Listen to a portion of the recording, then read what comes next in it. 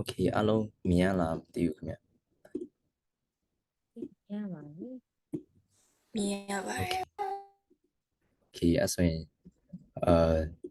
ဒီနေ့ရဲ့ topic ကတော့ Canada ကို apply လုပ်ဖို့webinar အတွက်ဒီ slide show လေး prepare လုပ်ပေးထားတာပေါ့ဆိုတော့ကျွန်တော်နာမည်ကတော့ Soe Nyi Nyi Aung ပါကျွန်တော် Steven လို့လည်းခေါ်လို့ရပါတယ်အရင်ဆုံးpresentation မစခင်ပြောချင်တာနှစ်ခုရှိပါတယ်တစ်ခုကတော့ကျွန်တော်ရဲ့ English skill နဲ့မြန်မာစာပြောရေး skill နဲ့ရှင်းကြည့်လိုက်ရင်ကျွန်တော်ထင်တာကတော့အင်္ဂလိပ်စာနဲ့ပိုကျွမ်းတယ်လို့ထင်တော့ဒီ presentation လုပ်နေတော့အင်္ဂလိပ်စာရောမြန်မာစာရောအယောပြောမလို့တကယ်လို့နားမလည်တာလေးရှိရင်တစ်ချက်လောက်မေးလို့ရတယ်နော်ပြီးရင်နောက်တစ်ခုကတော့ကျွန်တော်ကအဓိကတက္ကသိုလ်လျှောက်တုန်းက US တက္ကသိုလ်တွေကိုလျှောက်လိုက်တာဆိုတော့ဒီတိုင်း Canada ရဲ့ University နှစ်ခုကိုလိုရမရလျှောက်လိုက်တယ်လို့မျိုးလုပ်ပြီးတော့မှဝင်သွားတာပေါ့ဆိုတော့ပွင့်ပွင့်လင်းလင်းပြောရမယ်ဆိုရင်ကျွန်တော်ကCanada တက္ကသိုလ်လျှောက်ဖို့အကုန်လုံးတည်လာလို့ပြောရင်တော့တည်ရလို့တော့ပြောလို့မရဘူးပေါ့ကျွန်တော် experience အရာဘယ်လိုလုပ်ခဲ့လဲလို့တော့ဗဟုသုတ share လုပ်ပေးလို့ရတယ်ပေါ့ကျွန်တော်ပြောတာpersonal opinion လို့ research လုပ်ထားတာလို့အဲ့လိုနည်းနည်းပါးပါးအမှားအလွဲနည်းနည်းတော့ရှိနိုင်တယ်တကယ်လို့participants တွေထဲမှာကျွန်တော်ပြောတာမှားတာလို့သိရမှားတာလို့ notice ဖြစ်တာလို့တကယ်လို့ကျွန်တော်မသိရ information ကိုတကယ်လို့ကိုသိရဆိုရင်တစ်ချက်လောက်ဝင်ပြောလို့ရတယ်အဲ့ဒါလုပ်ဖို့ invite လုပ်တယ်ပေါ့ဆိုတော့စလိုက်ရအောင်နော်ဆိုတော့အခု next slide သွားတာမြင်ရလားဗျပြန် share လိုက်ရအောင်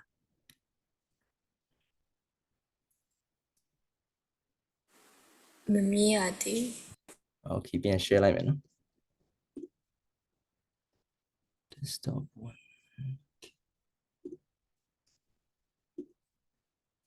oh okay အခုမြင်ရလားဗျ ဟုတ်မြင်ရပြီ yeah. So to start off again ကျွန်တော်ကတော့ Steven ပါကျွန်တော်က Canada အကြောင်းကြီးရှောက်တဲ့တဲမှာ University of Toronto နဲ့ University of Waterloo ရဲ့ class of 2029နဲ့ဝင်ခဲ့တယ်ပေါ့ပြီးရင်ကျွန်တော်ရဲ့တက္ကသိုလ်ရှောက်နေတော့အချိန်တုန်းကstatistics အချက်လက်တွေ share လုပ်မယ်ဆိုရင်ကတော့ကျွန်တော်ကinternational school တက်ခဲ့တာဆိုတော့AP subject ရွေးခွင့်ရှိခဲ့တယ်အားကြောင့်မလို့တက္ကသိုလ်လျှောက်တဲ့အချိန်မှာ AP စာမေးပွဲ၄ခုဖြည့်ပြီးတော့မှအဲ့၄ခုစလုံးမှာ5တွေရခဲ့တယ်ပေါ့တကယ်လို့AP curriculum နဲ့ familiar တိတ်မဖြစ်တဲ့လူတွေကိုရှင်းပြမယ်ဆိုရင် AP ကြတော့အမတ်က1ကနေ9ရှိတယ်9ကအမြင့်ဆုံးပေါ့အဲ့ဟာကိုကျွန်တော်က subject ၄ခုမှာ5တွေရပြီးတော့မှအဲ့ statistic ကိုထည့်လိုက်တယ်ပေါ့ကျွန်တော်ရဲ့ application နဲ့မှာပြီးရင်ကျွန်တော် SAT လည်းဖြေခဲ့တယ်အဲ့ဟာစုစုပေါင်းအမတ်1530ရခဲ့တယ် math မှာ980နဲ့ English မှာ950ပြီးရင် TOEFL ကြတော့115ရတယ်စုစုပေါင်းအမတ်က120ဆိုတော့yeah and then ကျွန်တော်ရဲ့ extracurricular activities တွေ share မယ်ဆိုရင်ကျွန်တော်ကအဓိကစိတ်ဝင်စားတာကစီကူရာလို့သူများကိုကူညီပေးရလို့အဲ့လိုမျိုးသိပ္ပံပိုင်းဆိုင်တဲ့ activities တွေကိုစိတ်ဝင်စားလို့ကျွန်တော်နှွေးရသည့်အချိန်မှာ hospital တွေလို့အဲ့လိုကူညီလို့ရတဲ့နေရာမှာ like ကူညီရပေါ့ဆိုတော့ကျွန်တော် high school အတွင်းမှာမင်္ဂလာဆေးရုံမှာ internship တစ်ခါဆင်းခဲ့လိုက်ရယ်ပြီးရင်ဖောင်တော်ဦးဘုန်းကြီးကျောင်းမန္တလေးကဖောင်တော်ဦးဘုန်းကြီးကျောင်းရဲ့clinic မှာလည်းခဏ volunteer လုပ်ခဲ့လိုက်တယ်ပြီးရင်ကျွန်တော်12တန်းတုန်းကထိုင်းကိုရွှေ့လိုက်တာပေါ့ဆိုတော့ထိုင်းကိုရွှေ့တော့ထိုင်းတက်တဲ့ကျောင်းမှာကျတော့သူကအဆောင်ရှိလေအဲ့အဆောင်မှာအဆောင်မူးအနေနဲ့ကူညီလိုက်တယ်ပေါ့ပြီးရင်ဒီနေ့ရဲ့ meeting အရာပြောမယ့် contents တွေဆိုရင်ပထမဆုံး Canada အကြောင်းလျှောက်ရင်ဘယ်လိုအကြောင်းအမျိုးအစားတွေရှိလဲအရင်ပြောမယ်ပြီးရင်နောက်တစ်ခုကျတော့အကြောင်းလျှောက်ရင်ဘာ requirements တွေလို့လဲပြီးရင် application submit လုပ်ဖို့ season ဆိုရင်ဘယ်ချိန်စရလဲလို့ဘာချက်လက်တွေလိုရလဲလို့ပြီးရင်ဘာတွေလုပ်ရရလဲလို့အဲ့လိုရှင်းပြပြီးတော့မှ financial aid နဲ့ scholarship အပိုင်းလဲနည်းနည်းပြောပြမယ် ပြီးရင်နောက်ဆုံးတစ်ခုကြတော့ကျွန်တော် University of Toronto ကိုဘယ်လို apply လုပ်ခဲ့တယ်လို့guide လုပ်ပေးပြီးတော့မှနောက်ဆုံးကြတော့ကျွန်တော်တက္ကသိုလ် apply လုပ်နေတော့ဘယ် resources တွေကိုလိုက်ကြည့်ပြီးအကူအညီရခဲ့တယ်လို့ share လုပ်ပေးမယ်ပေါ့ so ပထမဆုံး types of institutions ဆိုရင် Canada မှာအဓိကတက္ကသိုလ်အမျိုးအစားနှစ်ခုရှိတယ်ပထမက university ပြီးရင်ဒုတိယက colleges and institutes ဆိုတော့ university ဆိုတာပုံမှန်တက္ကသိုလ်တက်မယ်ဆိုရင်စဉ်းစားမဲ့အကြောင်းမျိုးစားပေါ့သူကကျောင်းတက်မယ်ဆိုရင်စုစုပေါင်း၄နှစ်စာလေ့လာတယ်တကယ်လို့၄နှစ်ပြီးသွားလို့ credits တွေအကုန်လုံးပြည့်စုံရင်သူတို့ကdegrees တွေကိုပေးရပေါ့ degrees က undergraduate level ကို postgraduate level ကိုlevel နှစ်ခုစလုံးမှာလိုက်ပေးရuniversity တွေကပြီးရင် colleges နဲ့ institutes နဲ့ရှင်းကြည့်လိုက်ရင် university တွေကကျောင်းသားဥယျာဉ်အတွက်ပိုများပြီး cost ကပိုများမယ်ပေါ့ပြီးရင်generally speaking တကယ်လို့ Canada တက္ကသိုလ်တွေစဉ်းစားရဆိုရင်အများစုကကို familiar ဖြစ်တဲ့နာမည်တွေကpublic universities တွေဖြစ်တယ်ပေါ့သူတို့က government funded university တွေဖြစ်လို့financial aid တော့ directly မပေးနိုင်ဘူးအများစုကပြီးရင်scholarships နည်းနည်းပါးပါးတော့ရှိနောက်ထပ် slides တွေကြရင်ထပ်ရှင်းပြမယ်ပေါ့နောက်ထပ်အမျိုးအစားကတော့ colleges နဲ့ institutes ရှိတယ် colleges နဲ့ institutes ကြတော့US နဲ့ရှင်းကြည့်လိုက်ရင်သူက community college လိုမျိုးပေါ့ community college လို့ polytechnic institutions လို့အဲ့လိုမျိုးနဲ့ next ခက်စင်စင်လေးရှိရပေါ့သူတို့ကြတော့တကယ်လို့ကျောင်းတက်မယ်ဆိုရင်တစ်နှစ်ကနေ3နှစ်အတွင်းစာလေ့လာစရာလိုတယ်တကယ်လို့စာလေ့လာတဲ့အချိန်ပြီးသွားရင်သူတို့က university လိုမျိုး degree တော့မပေးဘူးဒါပေမဲ့ certificates လို့ diplomas လို့ပေးတယ် certificates နဲ့ diplomas က degrees တွေနဲ့မတူတာကြတော့သူတို့ကဥပမာပြောမယ်ဆိုရင် degree ဆိုရင် bachelors of science in biology ထားလိုက်ပါတော့တကယ်လို့အဲ့ degree သုံးချင်နေဆိုရင်ကိုက research scientist အတွက်လည်းအသုံးပြုလို့ရတယ်သို့မဟုတ်ကိုယ့်ရဲ့ degree ကိုmasters တက်ချင်လို့ဆရာဝန်ဖြစ်ချင်လို့သုံးချင်လည်းသုံးလို့ရတယ်ပေါ့ degree ကြတော့ပို့ပြီးသုံးဖို့ applications တွေက flexible ဖြစ်တယ်ပေါ့ဒါပေမဲ့ diplomas လို့ certificates တွေကြတော့သူတို့ကvery specific ပေါ့သူတို့ရဲ့ purpose ကတကယ်လို့ကိုရတဲ့ diploma ကဥပမာ trading အတွက်လိုမျိုးဆိုရင်ကိုရတဲ့ diploma trading အတွက်ပဲသုံးလို့ရအခြားဆိုင်လောက်မဲ့ fields တွေနဲ့တိတ်သုံးဖို့မရဘူးပေါ့သူတို့က very specific ဖြစ်တယ်ပေါ့တခုခုကောင်းတာကတော့အချို့ colleges တွေနဲ့ institutes တွေကပြီးခဲ့တဲ့4-5နှစ်လောက်မှာbachelors နဲ့ masters degrees တွေစ issue လုပ်ဖို့ကြိုးစားနေပြီပေါ့ဒါပေမဲ့အဲ့ degrees တွေကလည်း specific jobs အတွက်ပဲဆိုတော့တခုတော့စဉ်းစားရမှာပေါ့ colleges နဲ့ institutes က university နဲ့ရှင်းကြည့်ရင်ပတ်စံအဲ့လောက်ထိမကြောက်ပေါ့ပြီးရင်ကျောင်းသားအရေးအတွက်လည်းပိုနေရပေါ့ပြီးရင်ခုနကပြောသလိုမျိုးပဲ colleges နဲ့ institutes က US နဲ့ရှင်းကြည့်ရင် community college တွေနဲ့ခက်ဆင်ဆင်ရှိတော့သူတို့က financial aid သိမ့်မပေးကြဘူးဒါပေမဲ့ scholarships နည်းနည်းပါးပါးရှိရပေါ့အခုအမျိုးအစားနှစ်ခုရှင်းပြပြီးရတော့ဟုတ်တယ်ဒါပေမဲ့ကျွန်တော် experience အရာကျွန်တော် university ကိုပို့ပြီး familiar ဖြစ်တယ်ပေါ့ colleges နဲ့ institutes ကျတော့ကျွန်တော်က experience ရှိလို့ရှင်းပြနိုင်တာတော့မဟုတ်ဘူးဒီဟာကဒီနေ့ webinar အတွက်စိတ်ဝင်စားလောက်မဲ့လူတွေအတွက်ကိုယ့်ဘာကို research လုပ်ထားတာဆိုတော့မေးမယ်ဆိုရင်အဓိက university ကိုပို့ပြီး familiar ဖြစ်တယ်လို့တော့ပြောချင်ပါတယ်အချို့ misconceptions တွေလည်းရှိနိုင်တယ် college apply လုပ်နေတော့ဆိုတော့ကျွန်တော်ခုနကပြောသလိုမျိုးပဲကျွန်တော်ကအဓိက US University တွေရှောက်လိုက်တာလी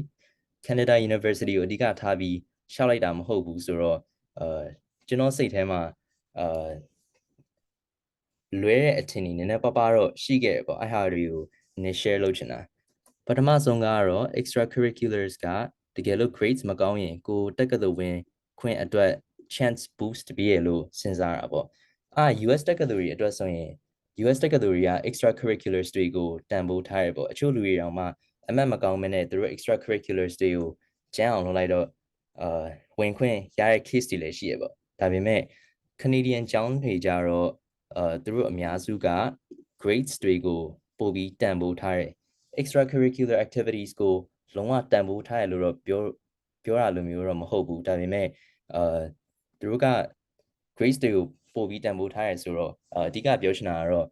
extracurriculars ကိုတားနှင်းဂရုစိုက်ပြီး academics တွေကိုအမှတ်မကောင်းလိုမျိုးလုပ်လိုက်ရင်တက္ကသိုလ်ရှောက်နေတော့နည်းနည်းပြဿနာရှိနိုင်တယ်ပေါ့အားလေးတစ်ခုပြောချင်တာပေါ့နောက်တစ်ခုကတော့တကယ်လို့ Canada တက္ကသိုလ်ကိုဝင်ပြီးလို့ရောက်သွားရင်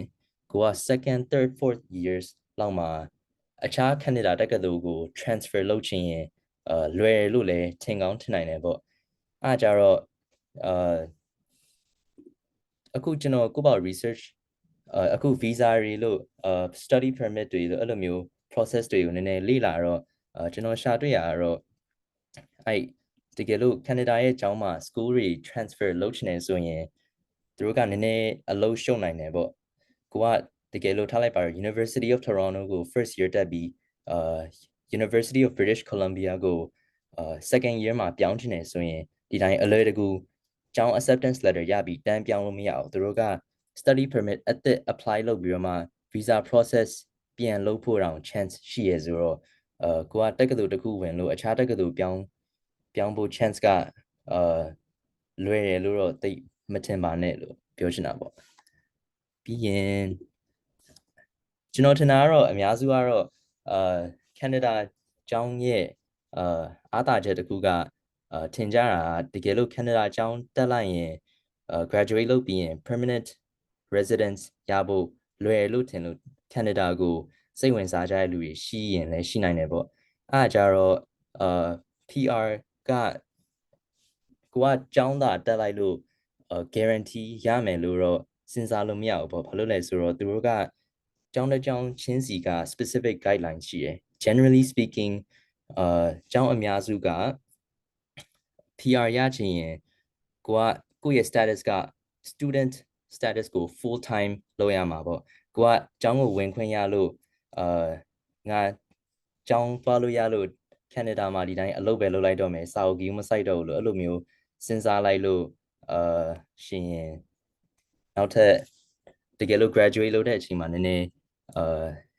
ညှိရဲ့နေရာရှိရင်ရှိနိုင်တယ်ပေါ့အားကြောင့်မလို့PR ရရလို့ကလည်းလွယ်လို့တော့မဆိုလို့ချင်ပါဘူးရတော့ရနိုင်တယ်ဒါပေမဲ့ကိုလွယ်လို့ထင်သလောက်မထင်နိုင်ဘူးလို့ပြောချင်တာပေါ့ဆိုတော့အခုကျွန်တော်ပြောတာတော့နည်းနည်းလေးကြားနေဆိုတော့နားမလည်တဲ့အချက်လက်တွေလေးရှိလားတကယ်လို့ရှိရင်မေးလို့ရပါတယ်နော်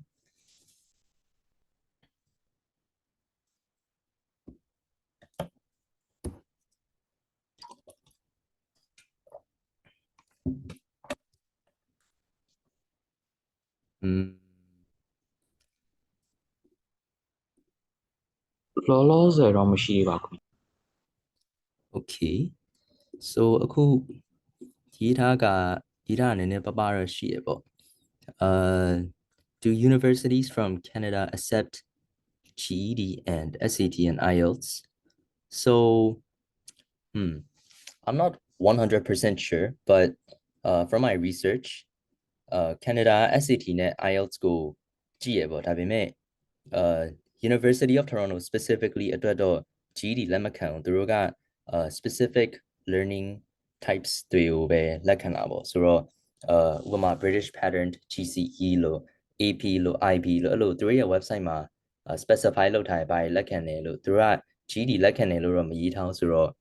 ကျွန်တော်သဘောအရ GED လက်မခံတော့ဘူးလို့ထင်တယ်ပေါ့ဆိုတော့ဆက်သွားရအောင်နော်နောက်တစ်ခုက Canada ကျောင်းလျှောက်ရင်ဘာတွေလို့လဲလို့ပြောလိုက်မယ်နော်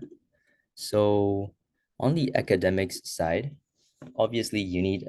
a high school transcript so go grade 9ကနေ grade 12မှာကျောင်းတက်ခဲ့တဲ့ official document ပေါ့ဘယ် course တွေရွေးခဲ့တယ်အမှတ်တွေဘယ်လောက်ရခဲ့တယ်လို့အဲ့ high school transcript ကိုတော့ require လုပ်တယ်advice တစ်ခုပေးချင်တာကတော့တကယ်လို့ကိုရှောက်ချင်တဲ့ကျောင်းကspecific program ရှိရပေါ့အဲ့ program ကို ဝင်ကျင်နေဆိုရင်အရင်ဆုံး grade 11ဖြစ်နေတော့နည်းနည်းပါးပါး research လုပ်ထားလိုက်ပေါ့ဘာ requirements တွေရှိလဲလို့ဥပမာကျွန်တော်ဆိုရင်University of Toronto မလျှောက်ခင်ဘယ် subjects တွေလိုလဲလို့ပြောထားလीဆိုတော့ကျွန်တော်ကlife sciences ရှောက်ရှင်နေဆိုတော့ bio လို့ chemistry လို့ရရလို့လိုရလို့တော့သိရပေါ့ it's like quite obvious but then တေချာဖတ်လိုက်တော့သူက high school grade 12 level calculus လေ require လုပ်တယ်လို့တွေ့သွားပေါ့တကယ်လို့ဒါတေချာမဖတ်ခဲ့လိုက်ရင် grade 12မှာ calculus မယူဘဲနဲ့ဥပမာ pre-calculus လိုမျိုးယူလိုက်ရင်နည်းနည်းတော့ကွမ်းဖို့ chance ရှိရပေါ့အဲကြောင့်လို့ကိုရှောက်ချင်တဲ့အကြောင်းရဲ့ program ရဲ့ requirements တွေကိုအရင်ဆုံးကြည့်ထားရင်ကိုအတွက်ကောင်းတာပေါ့နောက်တစ်ခုက English proficiency exams တွေလည်း require လုပ်တယ် Canada က US နဲ့နည်းနည်းဆင်တာကကို English ပြောနိုင်တဲ့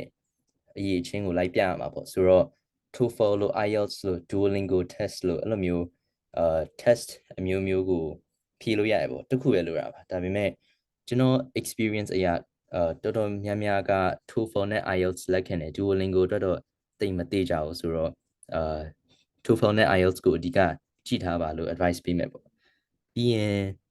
ကိုယ့်ရဲ့ personal recommendation အရာတကယ်လို့ကိုက international school လိုမျိုးတက်တယ်ဆိုရင်ကိုယ့်ရဲ့အကြောင်းကတကယ်လို့ AP လို့ IB လို့ courses တွေကို offer လုပ်ရင်ယူပါလို့ပြောချင်တာပေါ့ဘာလို့လဲဆိုတော့ AP လို့ IB courses တွေလို့ကသူက college level course တွေလေဆိုတော့ခုနက calculus အကြောင်းပြောရမယ်ဆိုရင်ကျွန်တော်က grade 12မှာ AP calculus ရှိလိုက်တာပေါ့ AP calculus ကျတော့ college level calculus ဖြစ်တော့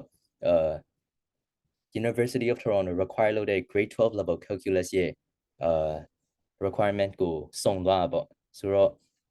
AP IB subjects တွေရွေးရင်ကိုလိုရဲ့ prerequisites တွေကိုမသိပဲနဲ့အောင် like ဖြည့်နိုင်တယ်ပေါ့အားကြောင့်မလို့ AP နဲ့ IB ယူပါလို့ပြောချင်တယ်ပြီးရင်ခုနက question ကိုဖြည့်တယ်လို့မျိုးပဲအချို့ University of Toronto လိုမျိုးဆိုရင်သူတို့က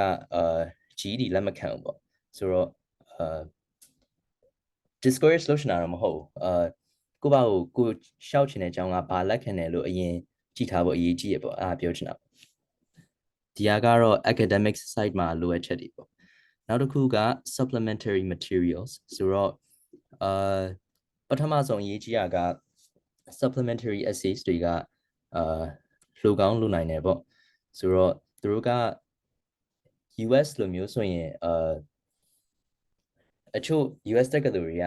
questions တွေကခက်ဆင်ဆင်ရှိရဆိုတော့ essay တွေကခဏခဏပြန်သုံးလို့ရတယ်ပေါ့ဒါပေမဲ့Canada အကြောင်းတွေကြတော့ကျွန်တော် experience အရာ supplementary essays တွေကတစ်ခုနဲ့တစ်ခုသိမတူဆိုတော့တစ်ကြောင်းနဲ့တစ်ကြောင်းကကွာတယ်လေအကြောင်းမလို့supplementary essays တွေလိုလားမလိုဘူးလားပြီးရင်တကယ်လို့လိုရင်ဘာအကြောင်းရမှာလဲလို့အရင်လေ့လာဖို့အရေးကြီးရပေါ့နောက်တစ်ခုက extracurricular activities ကိုကhigh school အတွင်းမှာဒီတိုင်းစားကြည့်ပဲမလုပ်ဘဲနဲ့အခြားကျောင်းအပြင်ပကvolunteer experience လို့ work experience လို့လုပ်ရင်လည်းကောင်းတယ်ကျွန်တော် experience အရာ life science stream at the University of Toronto ကြတော့ extracurriculars ကို I'm not like 100% sure on this but from what most people say they don't look at it at all so it might seem like extracurricular activities are pretty much useless for this specific stream but I wouldn't say so because extracurricular activities လို့လေexperience လေးပို့ရတော့တက္ကသိုလ်ရောက်တဲ့အချိန်မှာပို့ပြီး prepared လေးဖြစ်တယ်ပြီးရင် supplementary essay ချတော့အချို့ဟာရလည်းမီးရကို volunteer experience တခုအကြောင်းရေးပါအဲ့ volunteer experience မှာဘယ်ဟာက most meaningful ဖြစ်လဲပြီးရင်ဘာလို့လဲအဲ့လိုမျိုးတွေမေးကောင်းမေးနိုင်တယ်ဆိုတော့ extracurricular activities လုပ်ဖို့တော့တန်ဖိုးထားပါလို့ပြောချင်တယ်နောက်တစ်ခုကျတော့ interviews ကျတော့ကို apply လုပ်တဲ့ program နဲ့ဆိုင်တယ်ပေါ့ဆိုတော့ဥပမာကျွန်တော်ရဲ့ life sciences program မှာကျတော့ interviews လုံးဝမလုပ်ဘူးဒါပေမဲ့ကျွန်တော်တငယ်ချင်းတွေကျတော့အချို့လူတွေက engineering program ကို apply လုပ်တယ်လေဆိုတော့engineering program အတွက်သူတို့ရဲ့ requirement တစ်ခုက video interview လိုမျိုးလုပ်ရတာပေါ့အဲ့ interview ကြတော့ကိုယ့်အကြောင်းရှင်းပြပြီးတော့မှ it's kind of like a supplemental essay where you explain something about yourself, but in video format. So go interview လုပ်ရမှာမလုပ်ရဘူးလားဆိုတာကကို apply ရဲ့ program ပေါ်မူတည်ရပေါ့နောက်တစ်ခုက letters of recommendation. So from my experience, again, I didn't really need letters of recommendation. In fact, the University of Toronto did not look at it at all, and they didn't really have like an option to submit it. But လိုရမယ့်ရှိရင်တော့ကောင်းတာပေါ့ဘာလို့လဲဆိုတော့ to be honest, like I'm not familiar with all of the different programs, so there's a chance that the program that you want to apply to requires a letter of recommendation. So you should do your own research on that. And for my advice, I would say it's good to still have one regardless. So make sure to ask one from your teachers.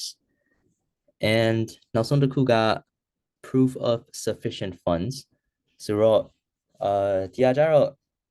application တင်ပြီးလို့တကယ်လို့ကျောင်းဝင်ခွင့်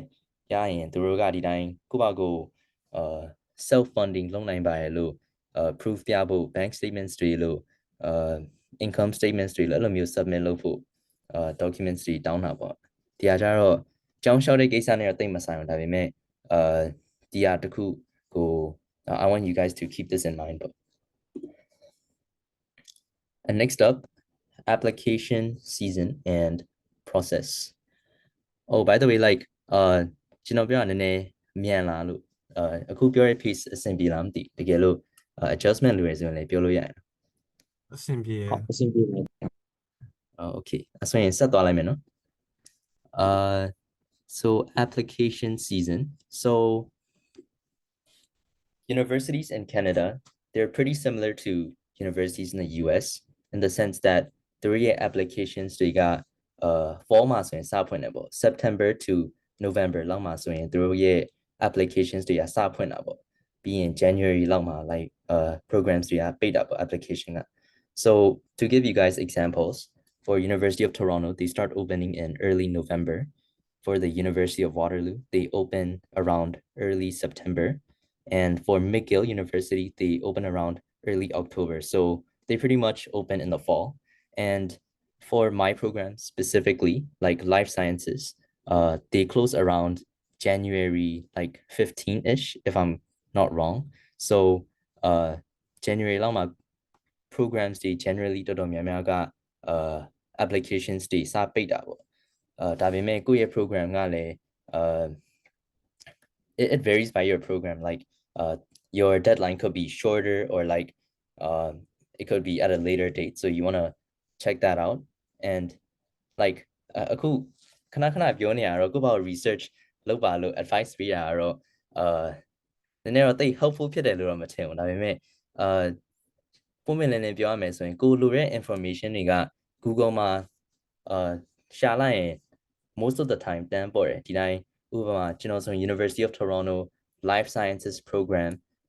application date deadline အဲ့လိုမျိုးရှာလိုက်ရင်ဒီတိုင်း first website ကပေါ်လာမှာ University of Toronto ရဲ့ different programs တွေရဲ့ schedules တွေပြီးရပေါ့ပြီးရင်ဒီတိုင်း life sciences ကဘယ်ချိန်ပိတ်တယ်လို့အဲ့လိုကြည့်အောင်ဒါနဲ့မခက်ဘူးဒီတိုင်း it's pretty self-explanatory if I'm being frank. And for college applications they usually come in rounds, so like let's say for University of Waterlooသူတို့က early September မှာ application စဖွင့်တယ်ပေါ့ဆိုတော့ကို early September မှာ apply လုပ်လိုက်တယ်ဆိုရင်September လပြီးသွားရင် October လရဲ့ round နောက်တစ်ခုဖြစ်သွားတာပေါ့ဆိုတော့သူတို့ကevery month per round မှာဝင်တယ်လို့အဲ့လိုသူတို့ရဲ့ own deadlines လေးရှိရပေါ့အားကြတော့ about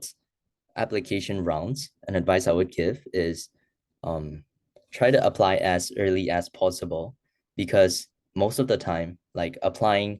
isn't like really difficult. You just have to like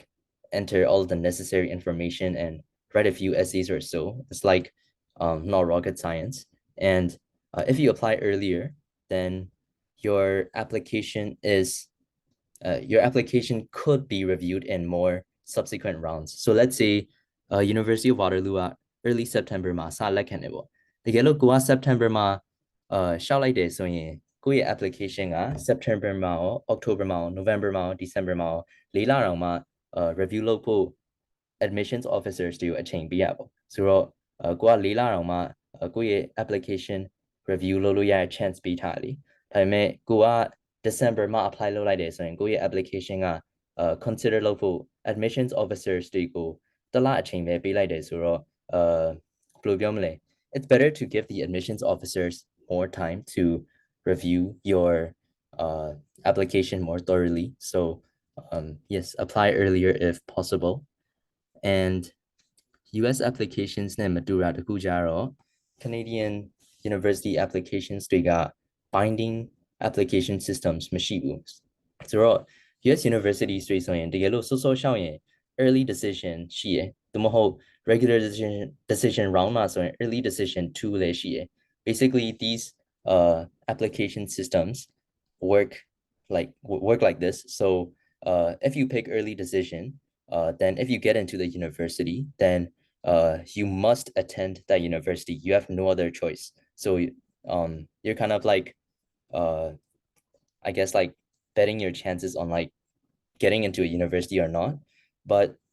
Canada ရဲ့ university ဆိုရင်အဲ့လိုမျိုးကိုကဝင်လုံးဝသွားမဲ့ကြောင်းလို့အဲ့လိုမျိုး system တော့မရှိဘူးဆိုတော့အားတခုတော့ကောင်းတာပေါ့ and for application tips I would say like this very first tip DLIs I didn't know this when I first applied but ကိုရှောက်ချင်တဲ့ကြောင်းက Canadian government ကdesignated learning institution လို့ recognize ဖြစ်မဖြစ်အရင်ဆုံးလိုက်ကြည့်ပါပေါ့ဆိုတော့Canada government website က canada.ca you can just find it in Google you can just type this exact link and you should get there and try to make sure that your like the university that you want to apply to is recognized as a DLI because when you eventually apply for a study permit the Canadian government requires you to get accepted into an institution that is officially recognized as a DLI so that's something you want to keep in mindနောက်တစ်ခုကတော့US application ကြီးဆိုရင် common app သုံးတာပေါ့ I'm pretty sure you guys are a little bit familiar with common app so common app သုံးတယ်ဆိုရင်US မှာရှိရဲ့အကြောင်းအပြည့်အနှံ့အကုန်လုံး like apply လုပ်လို့ရတယ်ပေါ့ဆိုတော့ထားလိုက်ပါတော့ New York ကအကြောင်းတစ်ခုပြီးရင် Texas ကအကြောင်းတစ်ခုပြီးရင် California အကြောင်းတစ်ခုအဲ့လိုမျိုးနေရာတွေလုံးဝမတူတဲ့အကြောင်းတွေကိုအကုန်လုံး apply လုပ်ချင် common app လိုမျိုးသုံးလို့ရတယ်လေဒါပေမဲ့ Canada မှာတော့အဲ့လိုမျိုးတနိုင်ငံလုံးမှာရှိ university အကုန်လုံးကို apply လုပ်ဖို့ system တည်တံ့လိုမျိုးတော့မရှိဘူး but each territory or province may or may not have regional centralized application platforms so in simple terms like each like kind of like state or like province in Canada they might have their own individual little common apps so in so map ကိုကြည့်အောင်ပေါ့အခုကဒီက Canada ရဲ့ map ဒီမှာက Ontario ရှိရယ်ဒီမှာက Alberta ရှိရယ် Ontario ဆိုတာအခုကျွန်တော်သွားမဲ့ University of Toronto ရဲ့ province ပေါ့ Toronto is right here but တကယ်လို့ Ontario မှာရှိတဲ့အကြောင်းတွေအကုန်လုံး apply လုပ်ချင်တယ်ဆိုရင် Ontario အတွက်တည်တံ့ centralized application platform ရှိတယ်သူက OUAC လို့ခေါ်တယ်သူရဲ့ logo ကတော့ it looks like this and I used OUAC to apply to both University of Toronto and University of Waterloo because obviously both of them are in Ontario and for Alberta like this specific region they have a platform called Apply Alberta soကိုတက်ချင်တဲ့တက္ကသိုလ်ရဲ့ region မှာဒီလိုမျိုး regional centralized application platforms ရှိမရှိတည်ထားလိုက်ပါပေါ့တကယ်လို့ရှိရင်လည်း it's convenient for you to apply and I guess I think it should save you a bit of money compared to if you send in individual applications to universities from the same province but တကယ်လို့ကို university တွေကနေရာအပြည့်နဲ့ apply လုပ်ပြီးတော့မှနေရာတစ်ခုချင်းစီမှာတက္ကသိုလ်တစ်ခုပဲရှောက်ချင်တယ်ဆိုရင်တော့ individual applications ပို့ရမှာပေါ့ so ဥပမာ Ontario မှာရှိ University of Toronto ကိုရှောက်မယ်ဆိုရင် Ontario မှာ University of Toronto တစ်ခုပဲရှောက်မယ်ပြီးရင် British Columbia မှာဆိုရင် University of British Columbia UBC ပဲရှောက်မယ်ပြီးရင် Quebec မှာကျတော့ McGill University အဲ့လိုတနေရာမှာတက္ကသိုလ်တစ်ခုချင်းစီပဲရှောက်ရင်တော့ခုနကပြောသလိုမျိုးပဲ centralized application platform မရှိဘူးဆိုတော့ individual applications တော့ပို့ရမှာပေါ့ဒါပေမဲ့တကယ်လို့ if you want to apply to more than one institution in each province, then I recommend trying to look for regional centralized application platforms like OUAC or Apply Alberta. And as an additional tip, တကယ်လို့ကိုကတက္ကသိုလ်တစ်ခုရှောက်ချင်ရင်အဲ့တက္ကသိုလ်မှာ program တစ်ခုပဲရှောက်လို့ရရလို့ထင်ကောင်းထင်နိုင်တယ်ပေါ့ဆိုတော့ the truth of the matter is you can actually apply to more than one program in one university. So general experience ကတော့ University of Toronto မှာ Life Sciences program တစ်ခုပဲရှောက်လိုက်တာပေါ့ဒါပေမဲ့တကယ်လို့ကျွန်တော်music ကော art ကော University of Toronto မှာ like ရှောက်ချင်နေဆိုရင်ကိုယ့်ရဲ့ application တစ်ခုထဲမှာကိုအဲ့လိုmusic art ကော life sciences ကောအဲ့သုံးမျိုးကို apply လုပ်ချင်တယ်လို့အဲ့လို specify လုပ်လို့ရတယ်ပေါ့ so you can apply to more than one program that's something that could really be helpful if you have different interests and you don't mind getting admitted to like any of your interested like programs. And yeah, financial aid and scholarships. So I think pretty much everyone like Louis Canada University တွေကိုစဉ်းစားရင်ပထမဆုံးပေါ်လာတဲ့နာမည်တွေက University of Toronto လို့ UBC လို့ McGill လို့ University of Waterloo လို့အဲ့လိုနာမည်တွေကောင်းနေပေါ်လာတာပေါ့ဆိုတော့these universities the more like renowned ones throughout the entire world they're mostly public universities they're government funded so like I said previously they unfortunately cannot provide you direct financial aid but you can look for scholarships. There are limited scholarships available. So I'm like more familiar with University of Toronto. So I'll name two scholarships that you want to look out for. So Patamazong University of Toronto ma Lester B. Pearson International Scholarships Surehashie. And this scholarship is really prestigious because it provides full funding like books, tuition, transportation, all of that for all 4 years of your study. So basically you kind of don't have to use your money at all. But this is very competitive because တနေ့ဆိုရင်တကဘာလုံးမှာစုစုပေါင်းကျောင်းသား39ယောက်လောက်ပဲ award လုပ်တာပေါ့ so this scholarship is really cool in my opinion. I tried to apply for it but the school I'm at like the counselor already nominated someone else so I unfortunately couldn't do this but the yellow full funding scholarship same as I so you know University of Toronto ma Lester B Pearson International Scholarship go lila po advice page ne po bien jano experience aya jano aro International Scholar Award ya kya and this scholarship is a merit-based scholarship that is also an entrance scholarship so susubang Canadian dollar တသိန်းပေးရပေါ့၄နှစ်စလုံးမှာအကုန်လုံးပေါင်းလိုက်မယ်ဆိုရင် Canadian dollar တသိန်းစာ scholarship ဒီကခုနပြောတဲ့လိုမျိုး entrance scholarship based on merit ဖြစ်တဲ့အတွက်ဒီ scholarship အတွက်ကျွန်တော်ကတည်တဲ့ application လိုမျိုးပို့ရတာလိုမျိုးမရှိဘူးပေါ့ဒီတိုင်းဝင်ခွင့်ရလိုက်တာနဲ့သူတို့ကadmission letter မှာပြောလိုက်တာ you also qualify for this scholarship အဲ့လိုမျိုးပြောလိုက်တာဆိုတော့ I think this scholarship is really cool. You don't even have to do anything like to apply for it and you're still eligible for it. So you want to look out for this. And from my personal opinion, I think I got this scholarship because I had like rigorous course loads during high school. Like I took AP courses and I had strong academics. Like I had decent grades, like A minus to like A pluses. So like I said earlier, because Canadian universities prioritize academics, the gelo kuya academics lo course loads to ya channel lo mulo piana ဒီလိုမျိုး entrance based scholarships တွေရဖို့ chance လည်းရှိရဆိုတော့ again focus on your academics. Not to say that like you should only do academics because that's kind of boring, but then yeah, you want to take care of it. Like you don't want to sacrifice it in place of like extracurriculars.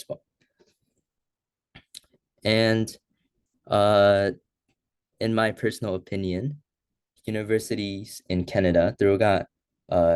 US universities နဲ့ယှဉ်ကြည့်မယ်ဆိုရင်အများစုက government funded universities ဖြစ်တဲ့အတွက် financial aid direct financial aid ပေးရဲ့နေရာမှာအရင် generous မဖြစ်ဘူးလို့ထင်တယ်လေဒါပေမဲ့ scholarships တွေတော့ chance ပေးရပေါ့ international students တွေကိုအားကြောင့်မလို့ Canada apply လုပ်မယ်ဆိုရင်scholarships တွေကိုကြည့်ထားလိုက်ပါ And next I can show you guys how I applied to the University of Toronto. So there's two parts to it, OUAC and the University of Toronto's website itself. ခုနကပြောသလိုမျိုးပဲကျွန်တော် University of Toronto ရှောက်တော့ကUniversity of Waterloo လည်းတစ်ခါရဲရှောက်ချင်တယ်ဆိုတော့ OUAC သုံးလိုက်တာလေအားကြောင့်မလို့ individual application မပို့ဘဲနဲ့ OUAC ကိုသုံးပြီးတော့မှ apply လုပ်လိုက်တာဆိုတော့I can show you guys how I exactly did it. So first OUAC website ကိုသွားချင်တာပေါ့ So it's pretty simple. You can just type the 4 letters OUAC in Google and the first link that should pop up is this one. And when you click on it, you can create an OUAC account. The yellow OUAC account create လုပ်ပြီးရင်ဆိုရင်ကိုယ့်ရဲ့ page ကဒီလိုမျိုးပေါ်လာမှာပေါ့ဒီလိုမျိုး page မှာ apply now ဆိုတဲ့ button လေးကိုနှိပ်လိုက်ပေါ့ apply now လို့နှိပ်လိုက်ရင် you'll be redirected to another page and the most important part of this page is my undergraduate hub and then the first like icons that you see basically there are places called like my personal detail and my background and in these places you just fill out like all of your required information like your high school grades, which schools you attended, your citizenship status, like those little details and OUAC profile ကိုပြည့်စုံအောင်လို့ဖြည့်လိုက်ပါ After you have completed in terms of completing your OUAC profile like ခုနက my personal details လို့နှိပ်လိုက်ရင်the page will change like this, right? So ဒီမှာ my personal details ရဲ့tab ရဲ့အောက်မှာသူတို့က expand လုပ်ပြီးတော့မှဘာလို့လဲလို့ပြမှာပေါ့ the basics, your citizenship, your education the information ဖြစ်မခက်ပါဘူးဒီတိုင်းကိုဘယ်ကျောင်းတက်ခဲ့တယ်လို့ဘယ် grades တွေရခဲ့တယ်လို့အဲ့လိုဒီတိုင်းကိုသိတဲ့လောက်ဟာပဲဖြည့်ရင်တော့ yeah it's pretty self-explanatory it's not too difficult and after you have completed your OUAC profile you want to choose which universities you want to apply to so ခုနကဒီမှာ my personal details ဆိုတဲ့ tab ကိုပြန်ချုံလိုက်တာပေါ့ပြန်ချုံလိုက်ရင်အောက်မှာ my choices ဆိုတဲ့နေရာပေါ်လာမှာပေါ့အဲ့ my choices မှာကို select လုပ်ချင်တဲ့ institutions တွေကိုရွေးလို့ရတယ်ပေါ့ my choices link မှာဒီတိုင်း add program ဆိုတဲ့နေရာလေးရှိမယ်အဲ့ add program ကိုနှိပ်လိုက်ရင်ဒီလိုမျိုးပေါ်လာမှာဒီကကြတော့ OUAC သုံးတာဆိုတော့ Ontario ကကျောင်းတွေကို list ပေးထားတာပေါ့University of Toronto add လုပ်ဖို့အတွက်ဒီမှာ University of Toronto လို့ choice ပေးထားတော့ဒီတိုင်းဒီအောင်နှိပ်အောင်ပဲ and these universities aren't all of the universities that OUAC sponsors like you can scroll down a bit more to find other universities like ခုနကပြောသလိုမျိုးပဲ University of Waterloo လည်း apply လုပ်ခဲ့ရဆိုတော့အခုဒီ screenshot မှာရိုက်ထားအရာကတော့ University of Waterloo မပါဘူးပေါ့ဒါပေမဲ့ if you scroll down you will find it so yeah and တကယ်လို့ကို apply လုပ်ချင်တဲ့ university ကိုနှိပ်ပြီးရင်ဆိုရင်သူတို့ကpop up လေးပေးမှာပေါ့ဘယ် program apply လုပ်ချင်တယ်လို့ options တွေပေးထားမှာဒီကကြတော့ဒီ screenshot မှာအကုန်လုံး close လို့ရေးထားတာဘာလို့လဲဆိုတော့ I took this screenshot recently so obviously applications aren't open right now they're all like past deadline so အခုအတွက်တော့ close လို့ပြောထားတာပေါ့ဒါပေမဲ့ when you go to OUAC in like fall like from September to November they should say open and you will have a lot of other choices available so you use like add program, select the university you want to apply to, and pick your desired program.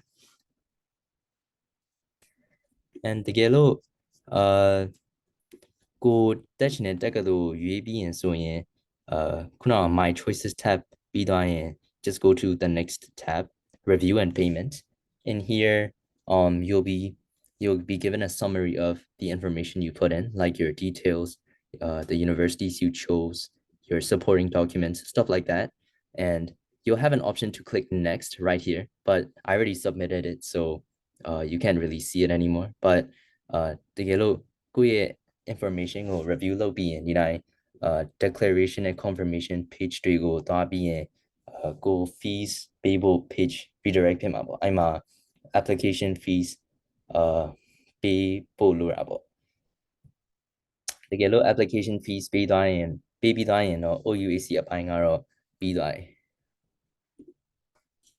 So part 2, after you finish paying your application fees in OUAC, you'll be given an email shortly afterwards that will allow you to activate your university's account. So for me, I got an email that allows me to open a join U of T portal account. I email my ကိုယ့်ရဲ့ personal email ကပါလဲကိုယ့်ရဲ့ password ကပါလဲလို့ရွေးပြီးတော့မှ join U of T account ကို create လုပ်ဖို့ redirect လုပ်တယ်ပေါ့ and after that, after I create an account and I log in, I can access the school portal. So this is what it looks like. University of Toronto ရဲ့ school portal ဆိုရင်ဘာလုပ်လို့ရရဆိုရင်ကိုယ့်ရဲ့ application status ကိုလိုက်ကြည့်လို့ရတယ်ပေါ့ဥပမာကိုယ့်ရဲ့ documents တွေပို့တာရောက်ပြီလားလို့ကိုယ့်ရဲ့ requirements တွေပြည့်စုံပြီလားလို့အဲ့လိုစစ်ကြည့်လို့ရတယ်ပေါ့ဒီတိုင်း check your application status လို့နှိပ်အောင်ပဲ and this is just like some useful information. So here round dates are subject to change. It's basically the screenshot page but I thought this information would be really helpful. So round dates are subject to change ဆိုတာကဒီတိုင်းသူတို့ရဲ့ university ရဲ့ website မှာပြောထားတဲ့ round တွေရဲ့ deadlines တွေကအများတန်းပြောင်းနိုင်တယ်လို့ပြောတာပေါ့ Not all program areas release decisions in every round. If you do not receive an admission decision in one round, your application will be considered in subsequent rounds. So ဒီအပြောချင်တာကကို apply ရဲ့ program က round တစ်ခုပြီးသွားလို့ admissions decision ရမယ်လို့အာမမခံဘူးပေါ့ဒါပေမဲ့တကယ်လို့ကိုက round တစ်ခုပြီးသွားလို့ admission decision မရဘူးဆိုရင် next round မှာadmission decision ရဖို့ chance ရှိရလို့ပြောတာပေါ့ so yeah and if you have more than one application to the university, each will be assessed independently, so you may receive it at different rounds. Soခုနပြောသလိုမျိုးပဲ university တစ်ခုချင်းစီမှာ you can apply to more than one program ပေါ့အဲ့လိုမျိုး if you send in an application that shows your interest in more than one program, then your application decisions for each program can be different. So that's something you want to keep in mind.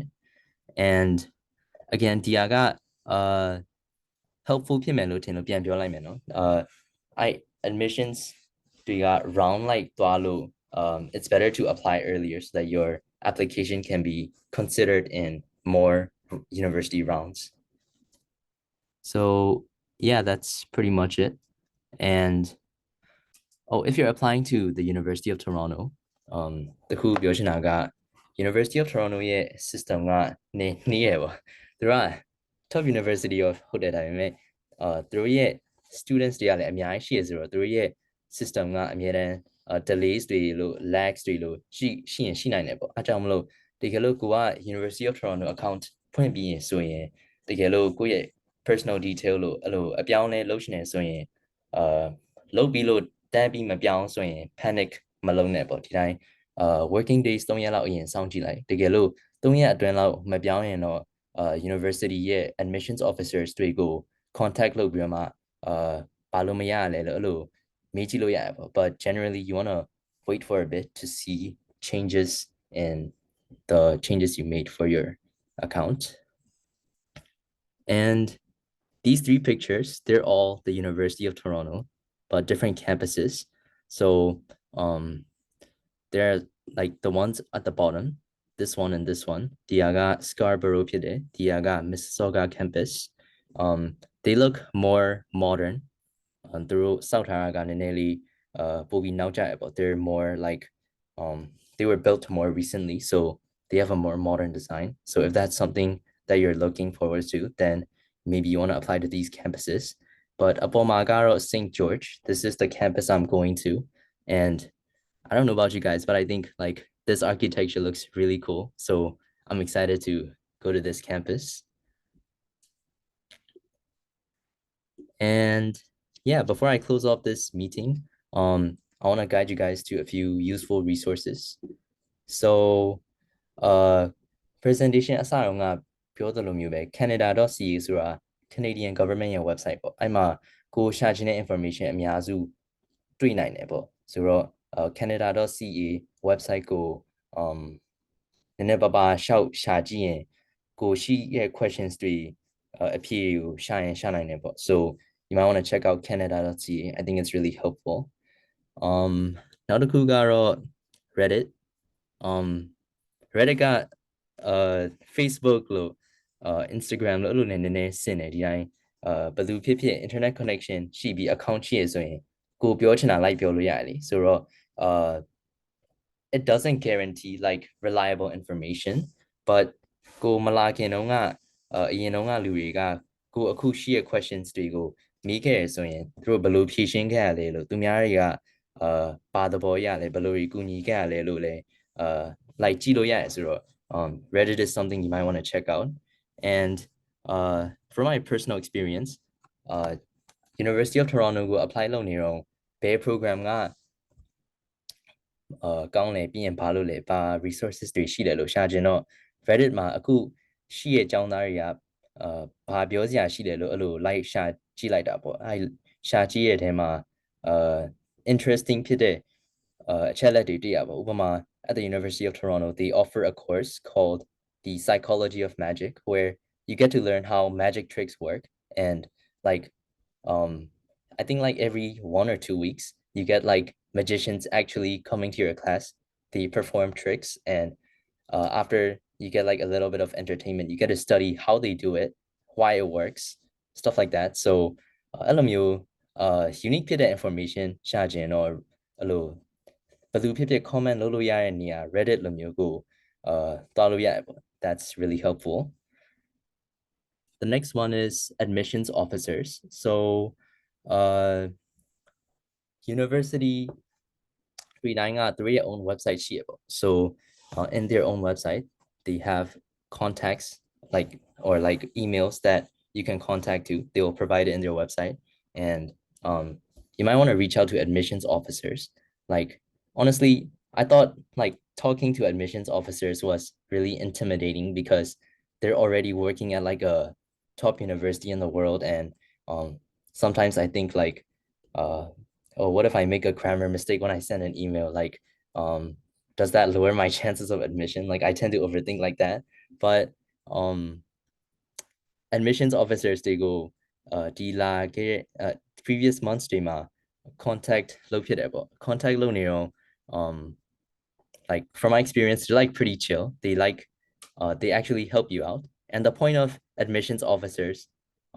is actually to just help people out in the first place so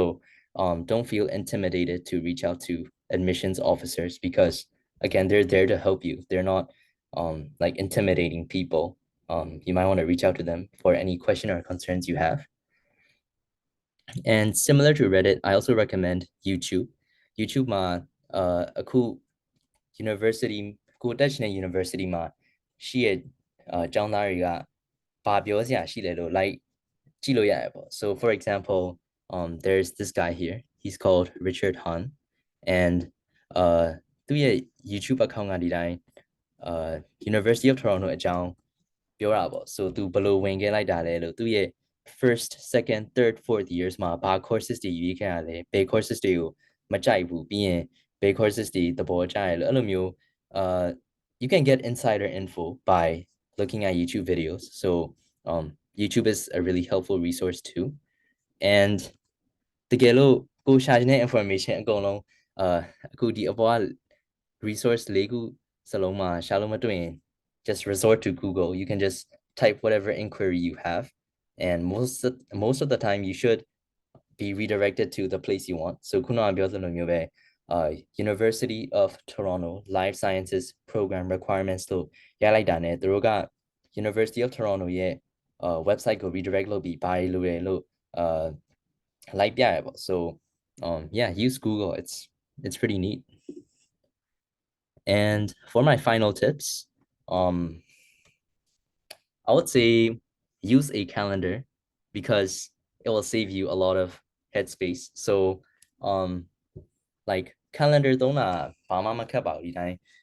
ဥပမာ next week Tuesday မှာ2နာရီနေ့လယ်မှာ meeting ရှိရဆိုရင်ဒီတိုင်း calendar မှာ mark လုပ်ရုံပါပဲ physical ဖြစ်ဖြစ် digital ဖြစ်ဖြစ်ရေးလိုက်ရင်ကိုကဘယ်ချိန်ဖြစ်ဖြစ် လိုက်စစ်လို့ရတယ်လေကိုလာတဲ့အပတ်မှာဘာရှိလဲလို့အဲ့လို